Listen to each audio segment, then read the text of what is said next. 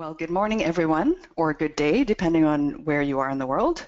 Welcome to today's Meeting in the Minds webinar, Putting People First, Analysis Can Place Citizens at the Center of a Smart City Project.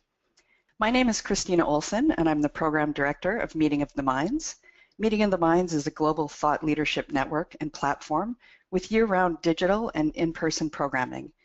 We connect global urban sustainability, innovation, and technology leaders across sectors to share best practices, tools, and solutions through our blog, monthly webinar series, pop-up events, workshops, meetups, and conferences. Our most recent annual Fall Leadership Summit convened last month in Cleveland, Ohio, and the archive, including recordings, slides, and photos, are now available on our website. Our next summit will take place in Sacramento, California, November 27 to 29, 2018, which is 1 year from now. I'm pleased to introduce our two presenters today. Kim Zentz is co-founder and managing director of Urbanova, Spokane's smart city proving ground in the University District. She is also co-director of Smart City Initiatives for Washington State University. And Justin Bibb is a senior advisor at Gallup, where he advises clients in the public, private, and nonprofit sectors on strategies to advance the well-being of cities. So we'll start with Kim. Over to you. Good morning, everyone. I thought I would start by putting Spokane in perspective for our audience, which appears to be from all over the world. So welcome, and welcome to a little slice of Spokane. Spokane is the urban hub that we refer to as the capital of the Intermountain Northwest. So we are the largest metropolitan area between Minneapolis and Seattle, so that makes us a cultural, economic, educational, and social hub for a population serving about 1.5 million people around the area. Our general combined metropolitan area, though, is more in the range of about 500,000 people, with the city population about 200,000 people. As a result of that, we have a long history of collaboration, and we're able to be nimble in solving some of our most vexing problems. We could talk about that later, maybe in the Q&A, but when we set out to look at how we might want to approach smart cities, these factors were very important to us. So we wanted to take an approach that really was more of a systems thinking approach to how you might look at smart city solutions.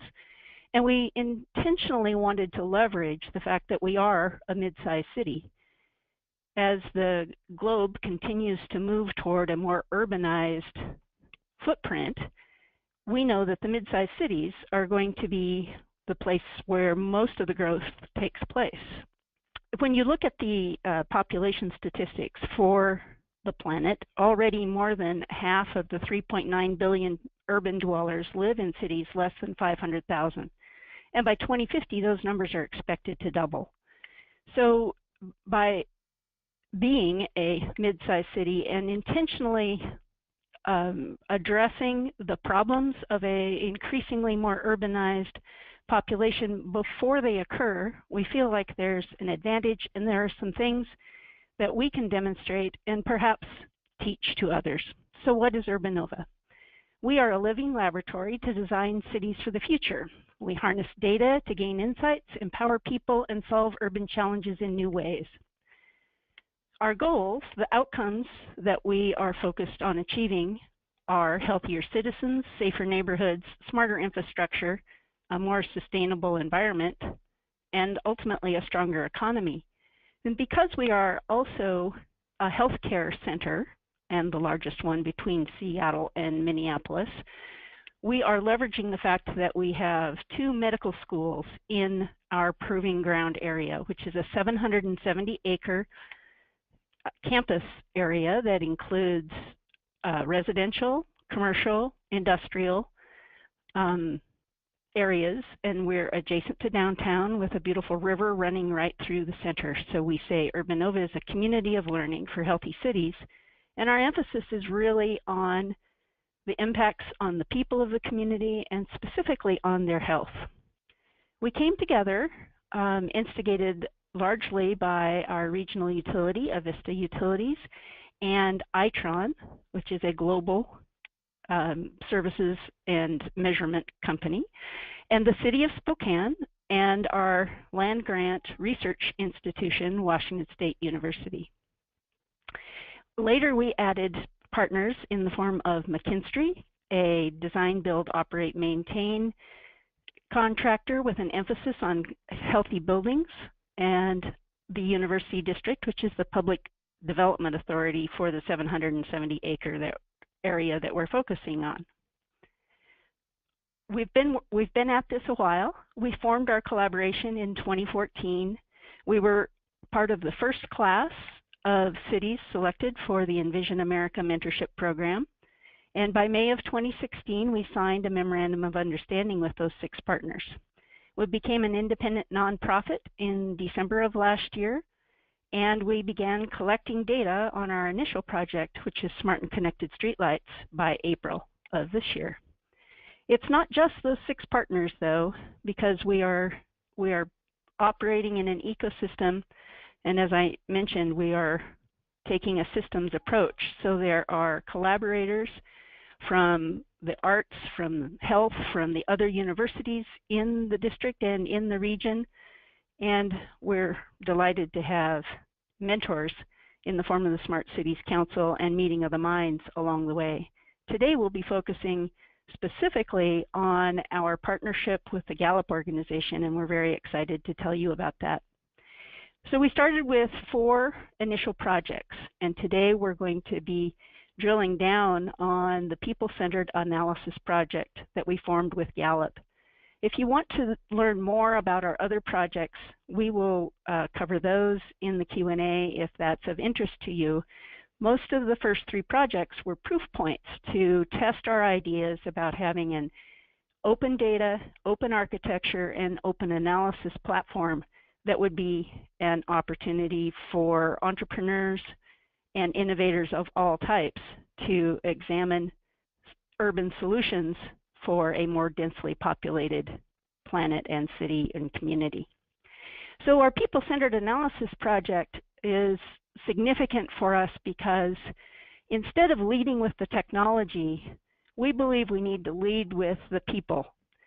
And so people are at the center of every community, and they're at the center of any successful smart city project. So we teamed up with the Gallup organization to really better understand how smart city projects might leverage the citizen voice to inform smart city solutions that actually matter to people. We know that people living in Spokane have a lot of things on their mind, but we also know that they are not gathering around the kitchen table in the evening saying, you know what we need? We need more sensors, and we need more data. That's what we need to make our city better. That's really not the way that people think about the place that they live. So we're trying to align the things that are important to people with the things that we can do as a group of collaborators and partners so that we're actually moving the needle on things that people are thinking about, with a specific emphasis on those social determinants of health and well-being that are present in every urban environment. One thing is also for sure, and that is that cities specialize in being themselves. They all have their own unique culture and approach and view of themselves, but they tend to share some of the similar urban issues. So leveraging the fact that we are a mid-sized city that can start small, think big, and move fast for solutions that are ready to scale to urban areas in any place in the world is what we're really all about. We're trying to keep in balance at all times the social, environmental, and economic factors in equity and resilience for urban environments. So with that introduction, I'm delighted to turn the baton over to my close colleague and friend, Justin Bibb. Thanks, Kim. And good afternoon and good morning from the great city of Cleveland, Ohio, where I'm based at today. Excited to join the conversation with you all this afternoon and this morning. Before we dive in for today's conversation, I just want to kind of set the context and introduce kind of who is Gallup. So Gallup, we got our start in the early 1930s by our founder, George Gallup, who really kind of invented modern American market research and public opinion research. And for the last 80 or so years, we've been collecting data on citizens, companies, students, and communities across the world. And we have the largest databases on human development globally in the world. And so we made the business decision several years ago to create kind of a new analytics advisory practice at Gallup to really help cities across the country identify how do we use data and how do we use citizen voice to enhance policy at the local level. And so that's the reason why Gallup is excited to be a key partner with Urbanova as we identify new solutions to drive smart city solutions across the country. And so first, I want to talk a little bit about the business case for why we think it's important to look at smart cities with a citizen voice lens and a citizen voice perspective. Secondly, we're going to walk through the phase zero methodology that we deployed in Spokane for this work. After that, we'll kind of walk through some of the findings that we derived from our initial analysis, and then we'll close the question. So when you look at a majority of the smart cities projects across the country, one of the big things that's pretty common is that a lot of them are technology vendor-led, and many are not really led by citizen voice or public priorities. And so we've highlighted a few examples here in the slide. Kansas City is kind of known as one of the most premier smart cities projects across the country.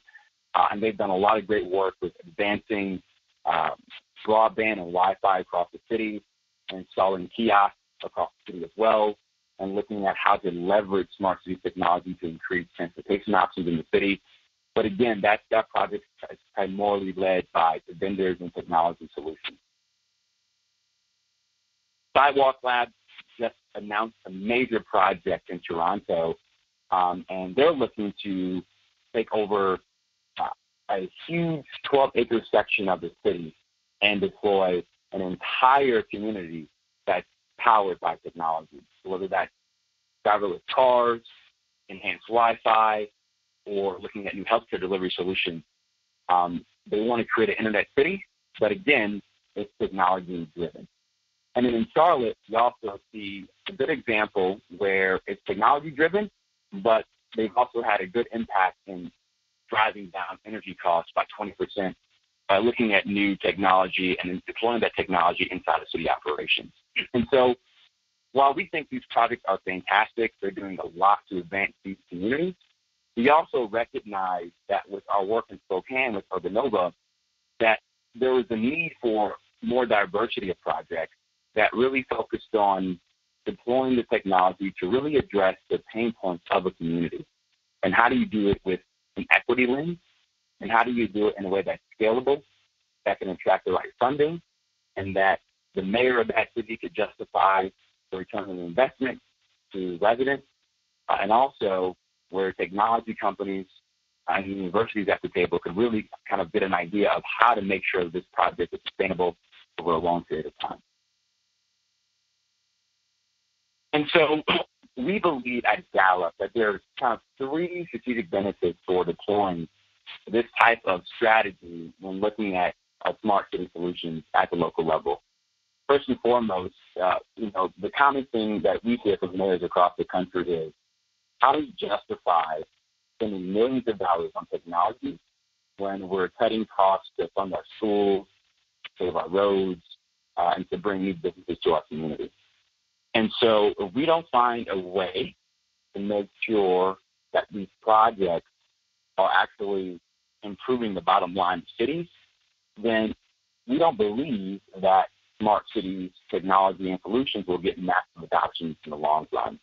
So it's very important to have a citizen voice perspective up front to ensure that long-term financial ROI, and social impact.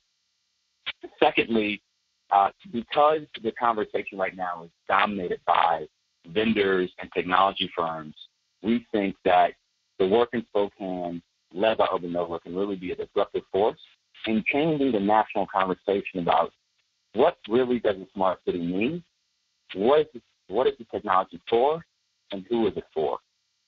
One of the examples that I cite a lot in our work across the country is the fact that the U.S. has kind of taken on this classical adoption of what a smart city is based on what we're seeing in other countries around the world. So, for example, in China, they have the luxury of building cities from scratch, where it's easy to deploy massive technology up front without the historical legacy issues that we see in a lot of U.S. cities around race and economic inequality and social structural issues that many cities face.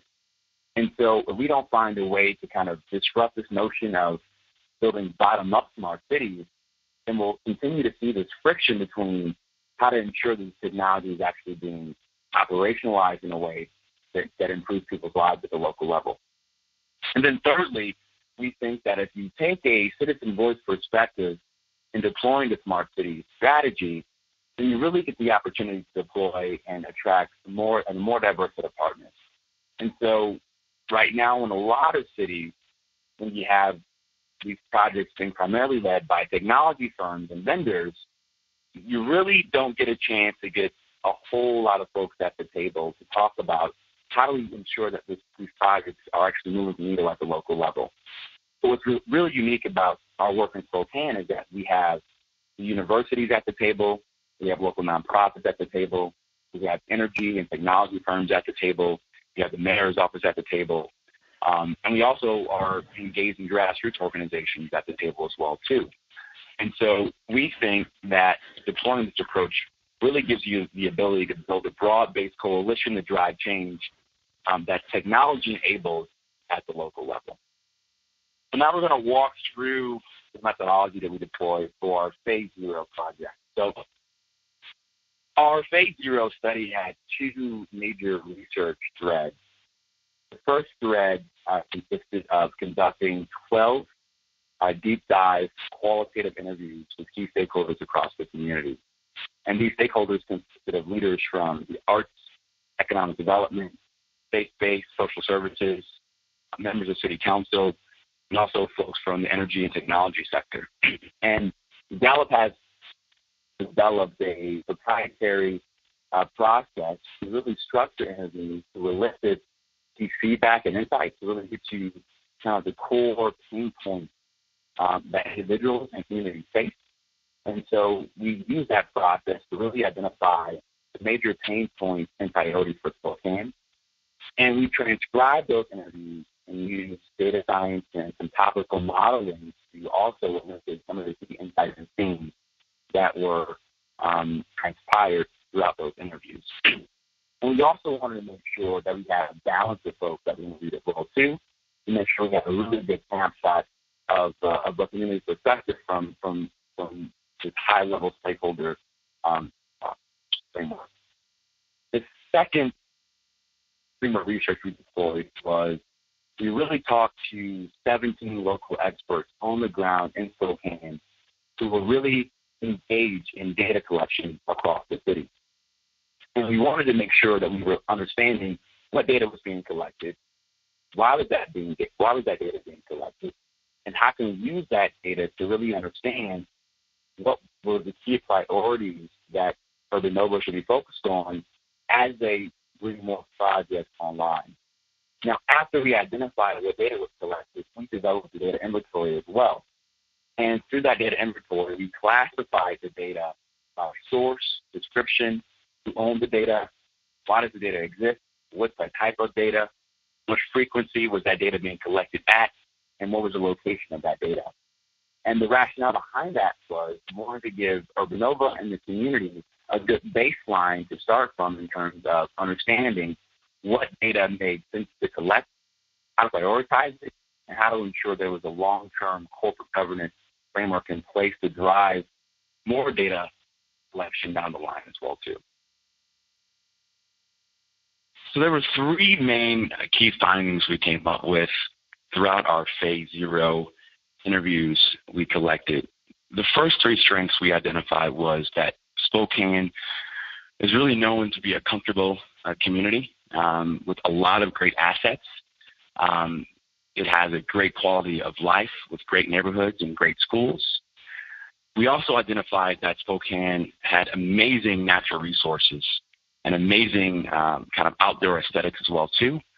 And leveraging these assets, a lot of our participants recognized that it had a very small town feel that created a good environment for constructive collaboration.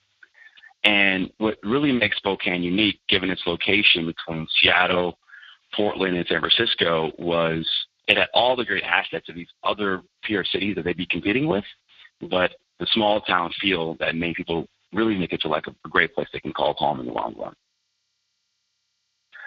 But some of the struggles we identified through our initial analysis were that the community is continuing to struggle with a cycle of drugs and crime. One of the issues we identified as well was that this may have been primarily driven by issues around dilapidated property, which has kind of been looking to undermine that process in the long run. The other big issue we identified was this issue around brain drain. And so finding a way to retain and attract talent in Spokane, because a lot of folks were leaving Spokane to go to San Francisco and Seattle and Portland. And so how does Spokane leverage its core strengths as a great city for the outdoors with a great quality of life, with great neighborhoods, to keep that talent to grow the city for years to come? The other two issues we identified were related to brownfields and this notion of a resistance to change. And so because it has a small town community feel, a lot of folks were really reluctant to embrace long-term structural change. And so finding a way to not only leverage that small town feel, but to use that collaboration perspective to address this kind of inherent resistance to change that's really undermined a lot of policy efforts in the long run as well too. And so as we've identified these struggles and strengths, it's our goal in the phase 1 of our project to really identify what are some smart city solutions that we can deploy to address these issues, and how do we address these issues by leveraging the core strengths of the community. And we feel that by identifying these issues up front through this phase 0 study, in phase 1, we will deploy a new perspective that's citizen-led that will really enable the city and Urbanova to come up with a national model that's citizen-enabled to really address these long-term issues down the line. Wonderful. Thank you so much. Thank you both, Kim and Justin. We're now ready for the audience Q&A. So let's get to it. We'll start with one for Justin. Dawn asks, how are you actually leveraging the citizen voice? Many citizens complain of citizen engagement theater, which is cities holding hearings, but no actual follow-up or acknowledgement of citizen expressed desires. They're rejected. There's too much control of the communication. So how are you actually, overcoming that? That's a great question.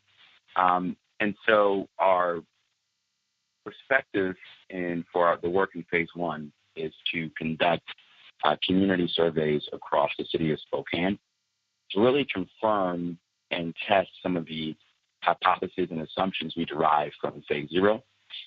Secondly, we're also going to conduct some focus groups as well too, to really engage the community in this work.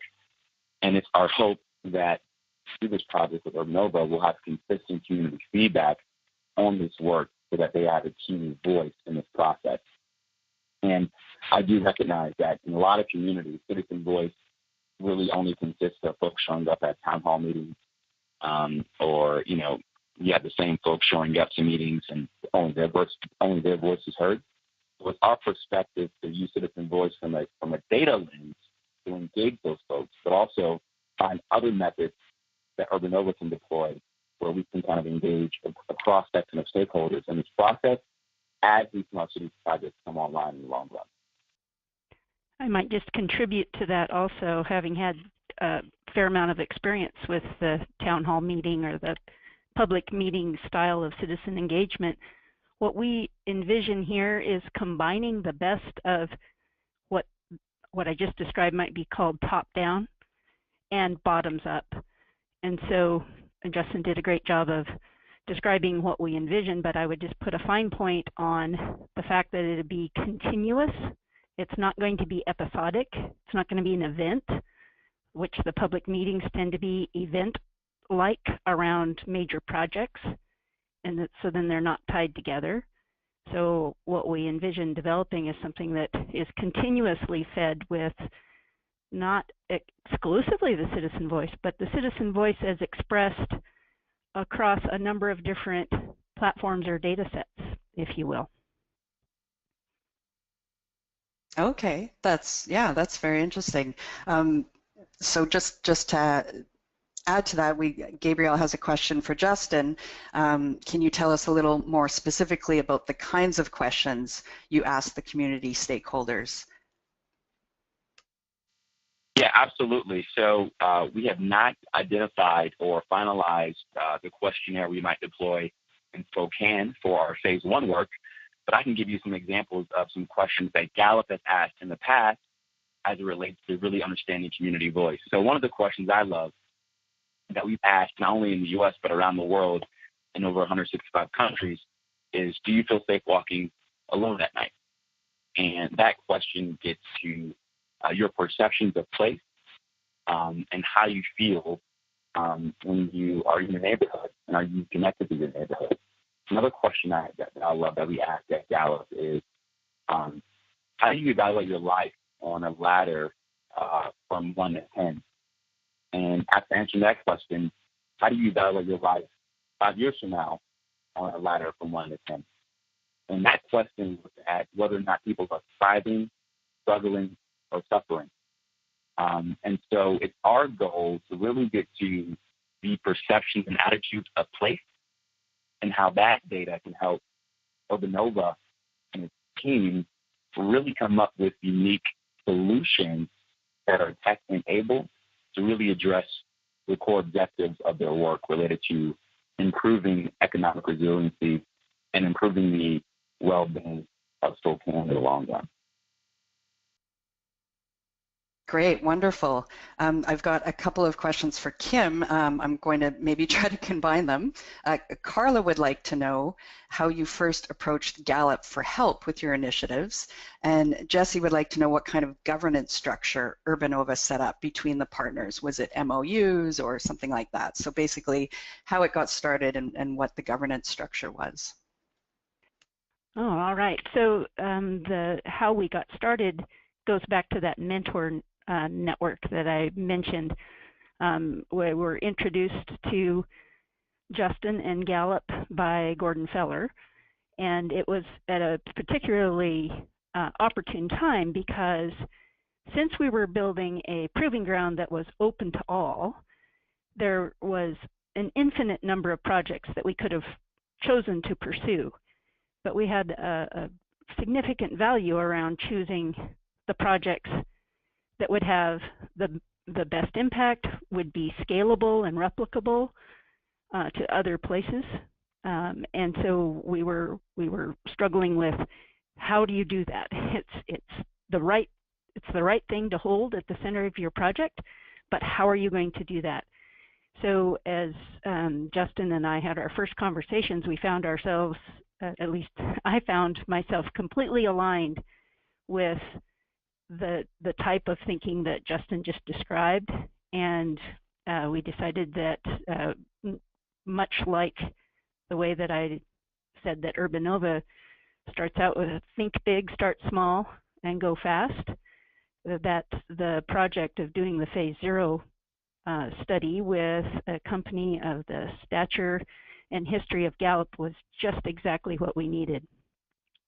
On governance structure, we are, much like I described in the opening slides, we have a strong collaboration culture in our community. It's not always pretty, but we are nimble enough by the fact that we are somewhat geographically isolated.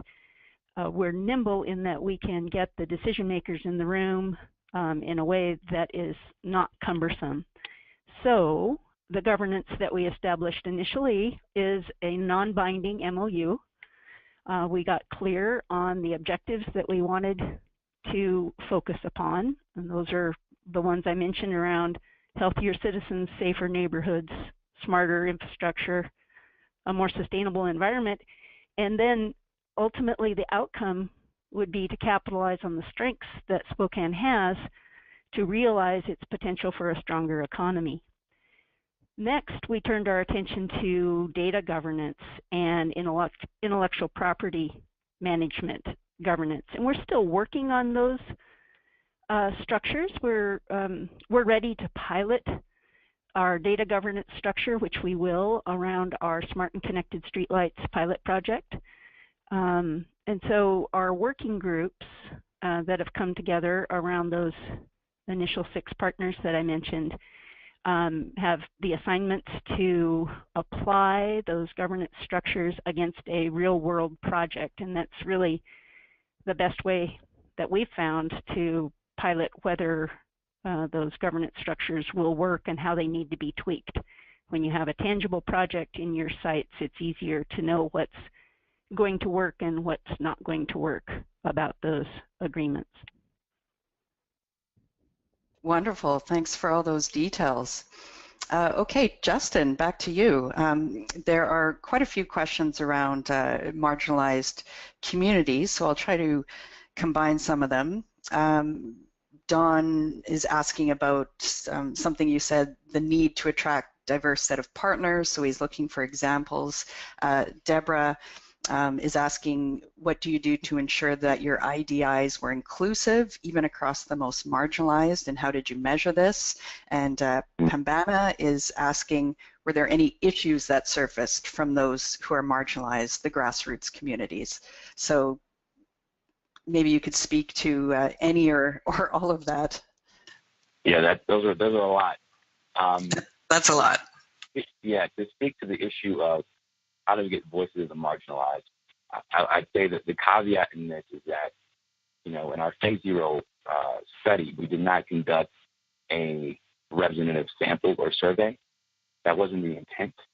The intent was to try to get a diverse set of voices that reflected a broad section of key leaders and sectors and stakeholders in Spokane, really identify what we thought were the initial pain points and key priorities of the city. And it's our goal to, again, test and refine those hypotheses in our phase 1 approach when we conduct our representative survey long term. Secondly, I would also say that our initial phase 0 study also included some great work that Spokane has already deployed with their great local organizations. They have a wealth of data that really looks to issues related to poverty and healthcare inequality and community and economic development. And that data was also analyzed and included in our final narrative report that we submitted to Urbanova. And so the folks that we did talk to interacted and served and worked with marginalized voices. And so their concerns were portrayed in some of those quotes that we saw in the presentation and also in our initial narrative report. And it's a very important priority for us to ensure that we are developing solutions and strategies to address issues that affect those that are marginalized in Spokane. Because if we don't, then we're really missing a big opportunity. And secondly, to your other question about how do we balance the list of folks we interviewed, that was really hard. I know Kim can speak to the fact that we wrestled with the number of interviews and who should be on that list. And we just kind of worked in tandem with Kim and her team to ensure we got the best folks and a good balance from various different sectors that really reflected the community and diversity of Spokane. And so a lot of it was intuition and gut and consisted of a lot of collaboration with our partners at Urbanova. But the work continues, and that part of the project is not complete yet. Great, thanks. And Justin, your microphone sometimes is more muffled than other times, so if you could just, I don't know. Sorry, is that better? That is really good. Thank you so much. Okay. Great. Okay, over to Kim.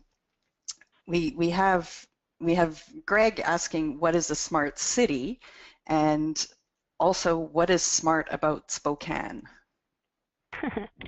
That's a great question. So, it's been said a number of times that if you get 30 people in a room and ask them to define a smart city, you'll get 40 different definitions. Generally, the definition that we embrace is a smart city is one that uses information to enhance the quality and performance of urban services, reduce costs and resource consumption, and to actively engage citizens. So in fact, I wish it wasn't a term called smart cities because it is really trying to bring all of the system of systems that represent a community and how we operate as human beings when we choose to live in communities. It's really trying to achieve the best outcomes for all involved at the most, cost-efficient point, but also embracing the cultural heritage of the community, the beauty of the community, and all of the features and benefits that cause us all to choose to live in one particular area. I think everyone is proud of the place that they live, and the intelligent city or the smart city is one that can come together and leverage all of those features and benefits. So would you remind me the second part of that question? So what is a smart city and? What is a smart city and what makes Spokane smart? Oh, what makes Spokane smart? Well, what I would point to is, and maybe this is just because I'm the youngest in my family, I always wanted to not make the same mistakes that my big brother would make. So Spokane, being the second largest city in the state of Washington and then this urban center, has the opportunity before it becomes urbanized to a very great degree to anticipate what problems might be coming. And we can collaborate with cities like Seattle, like Portland, San Francisco, Pittsburgh, Chicago, San Diego, and we can avoid the pitfalls that they found, and we can share the pitfalls that we'll most certainly fall into. But I would say what makes Spokane smart is its willingness to collaborate to avoid those issues and to sort of plan our way intentionally into better outcomes before they're insurmountable. And can I chime in quickly on yes, please. Yes, please. I would also agree with Kim that I think this term smart city is just it's gotten so diluted, and I think all of us in this space have an obligation to kind of take a step back, hit the reset button, and really think clearly about what that means, because we understand what a smart city is, but as more and more folks move to the urban core, especially in the U.S., and as our demographic trends change, we're going to have to kind of rethink how this technology-driven economic development, what impact that actually has on place and community, and maybe the term should change. Maybe it should be a connected city or a connected diverse city, but we got to find a way to really think through that definition because it means so many different things to so many different people. That's an excellent point, and it leads into a question we have from Greg, who asks, how will big data help to solve blighted neighborhoods? Justin, do you want to take that one first? I can take a stab, and I'll with the caveat that I am not a formal statistician or data scientist, but we have a lot of smart women at Gallup. But, in my conversations with mayors across the country, one of the biggest things that I'm hearing from them is, we're awash in data and we have no idea what to do with it. And I think that big data has the ability to help mayors and community development organizations and real estate, investors kind of really think through how they kind of extract value and drive change through economic development.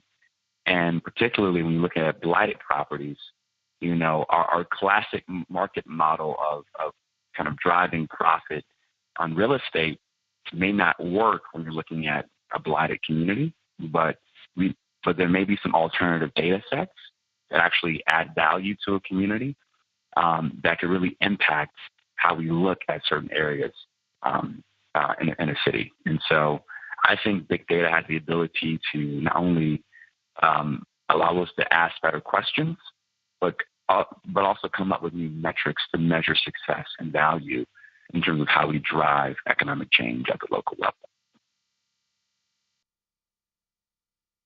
Wonderful. That's great. Kim, do you have anything to jump in on that, or does that pretty much cover it? I think that's a great answer. Great. Okay, then I'll throw another question for you. Paul asks, what impact has the work done so far had on what you at Urbanova plan to do? It sounds like you have had exactly the same data collection intentions that you would have had before you started. Well, that reminds me of something I could contribute to Justin's last answer, and that is Urbanova is not about just collecting data because we can or because it's there. We're really trying to identify, what problem are we trying to solve, or what story is the data telling us, or what story do we want the data to inform? So the projects that we're doing, by starting with smart and connected streetlights, maybe just a couple of words about that. It's not exclusively the classic smart and connected streetlight project that a lot of cities start with, because we've added prototype air quality sensors that are measuring urban air quality at what we call the human scale. So it's measuring air quality in a hyper-local sense. And at this point, we have 3 of those air quality sensors that were developed by Washington State University's Laboratory for Atmospheric Research across this 770 acres. And it's really interesting to see that we can see variations at the 3 points at the corners of those 770 acres. So we think there's a lot more to learn there, especially working with our colleagues in the College of Medicine and with the County Health District. And so does that address the question completely? Yeah, I think that gets at it reasonably well. Yeah. I have a question. I think this is probably for either of you, if either of you wants to take it. Jeffrey asks, how do you envision the adoption of social impact bonds playing out in smart city developing over the next year, 5 years, or 20 years? Are social impact bonds something either of you came across, say, through this project? I've come across them, but I'm a civil engineer by training and not a finance professional. I see them as one of the top 3 to 5 mechanisms that can be used well when cities take an approach like the one we're describing. Because if you've done a really good job of defining the problem and defining the stakeholders, then you've got some of the elements that can make a social impact bond work. Yeah, I would agree with Kim. I'd say that social impact bonds could be used as a key financing vehicle for cities to invest in smart city solutions outside of just kind of raising taxes or procuring public dollars, but trying to find those private sector players who want to invest and kind of give local government kind of the ability to kind of take some risks. And so I think it could be used for a good financing kind of tool and strategy for a lot of smart cities work at the local level across the country. Great. Thanks both of you for that. For Justin, NOSA has two related questions. From the Gallup analysis, were you able to establish the top 10 priorities and the ranking of those priorities? And then secondly, do you have a framework to translate those top priorities into eventual solutions that would satisfy smart city needs for the people of Spokane? Great question. So we did not prioritize the priorities we identified in phase 0. We only identified the key themes that emerged from the interviews and aggregated those. However, it's our goal in phase 1 of our work to not only kind of test and validate what we've learned in phase 0, but to develop a criterion model and framework based on the preliminary framework we developed in phase 0 and the research and data we'll collect in phase 1 moving forward. So to answer your question, to be determined is the best answer at this stage. That's fair. Yep, perfect.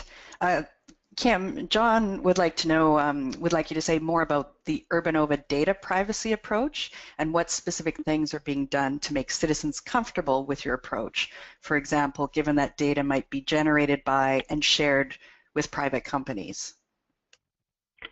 Yeah, so the short answer to that question is we've developed our approach, but we haven't launched it around a specific project yet, because through the process with Gallup, we want to identify our projects that will, in fact, be collecting data under the data privacy principles that we've developed. And so to answer what we've developed and why, we again have been practicing and learning from other cities. And so we've adopted the data privacy principles that were put in place for New York City, and we've also informed those by a list of principles that were developed in Toronto. So we'll learn more, of course, when we do have the type of project where people will be considering whether or not they want to allow their data to be used to try to solve one of these issues that we'll prioritize with the Gallup oriented process that we're describing here.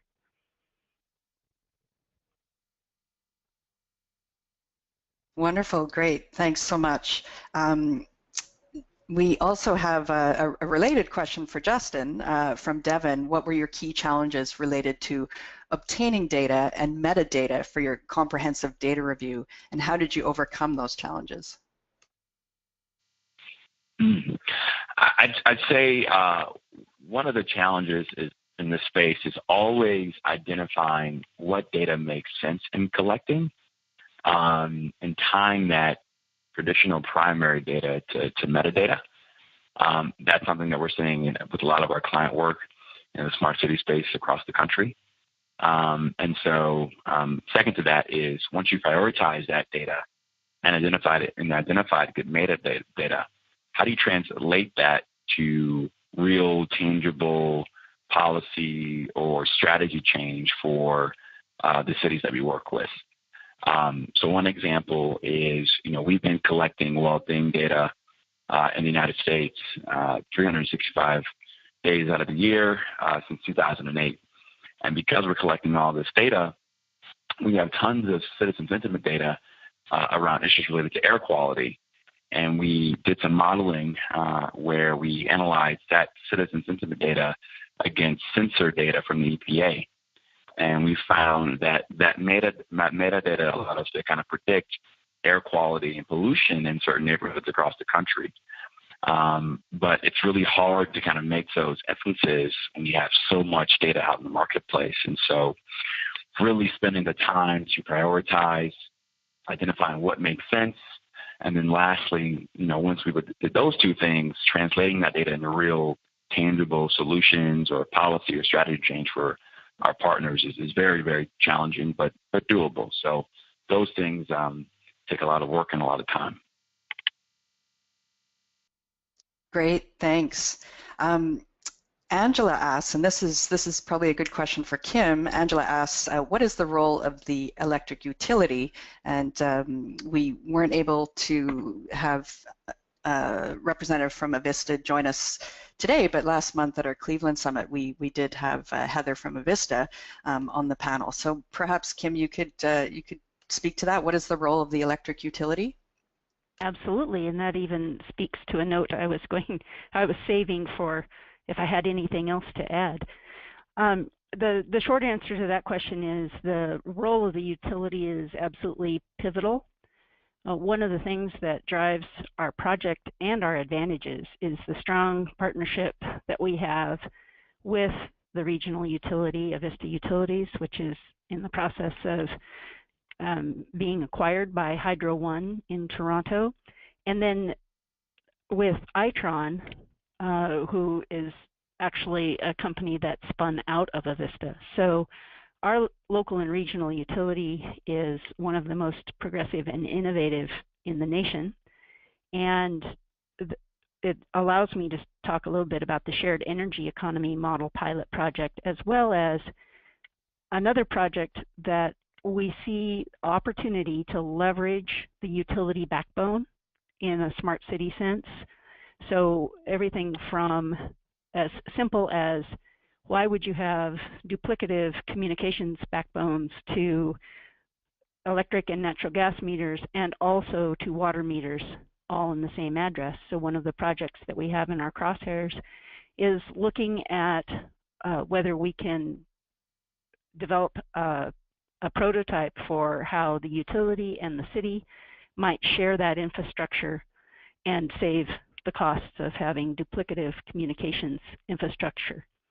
So as we brought the partners together, we see that in the space that is known as smart city space, there are opportunities for revenue streams for those in the private sector and in the public sector as these solutions are developed into new applications and new products and services, as well as an improved customer experience for those that are served by the utility and by the city.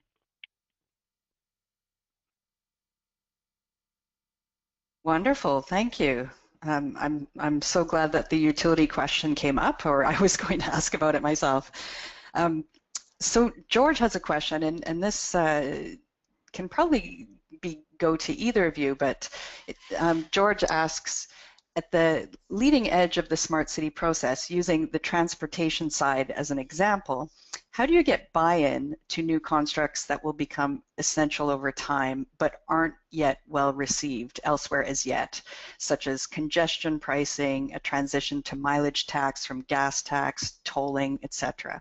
So so how do we use this people-centered analysis and stakeholder engagement with Urbanova to get buy-in to the things that are going to be needed in the future?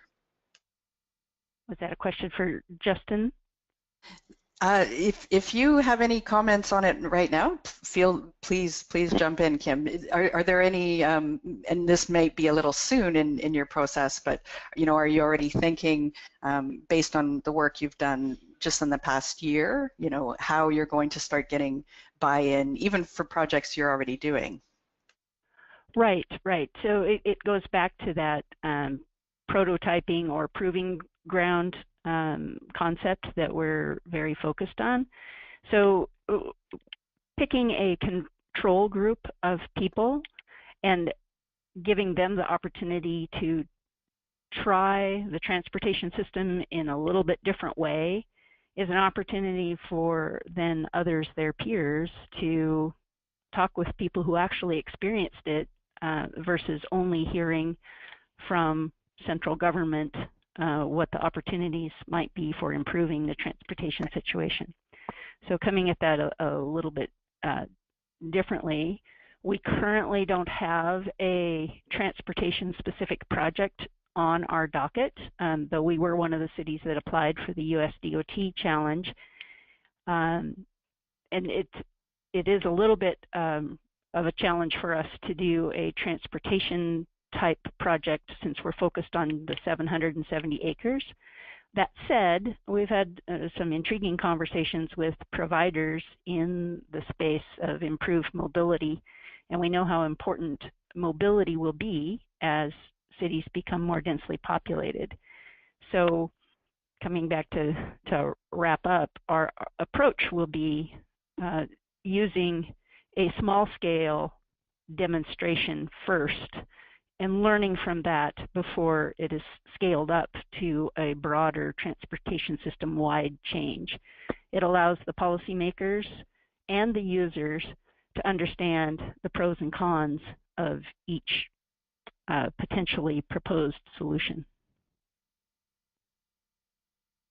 Wonderful, thank you. And you mentioned as we're coming to a close, which we are. It's the top of the hour, and we didn't get to all the questions, as I suspected we wouldn't. But we will send those, any questions that were submitted, we'll pass those along to the presenters so they can think about them and, you know, possibly work those into their future work. So that's all the time we have for today. Thank you again very, very much to Kim and Justin for presenting today. We hope to see you at our next webinar that's coming up in January. Also, we look forward to you reading our blog and coming to our annual Leadership Summit in Sacramento next year. More information on all of our events and resources is available at meetingoftheminds.org. That concludes our session for today. Have a great day, and thanks again for attending.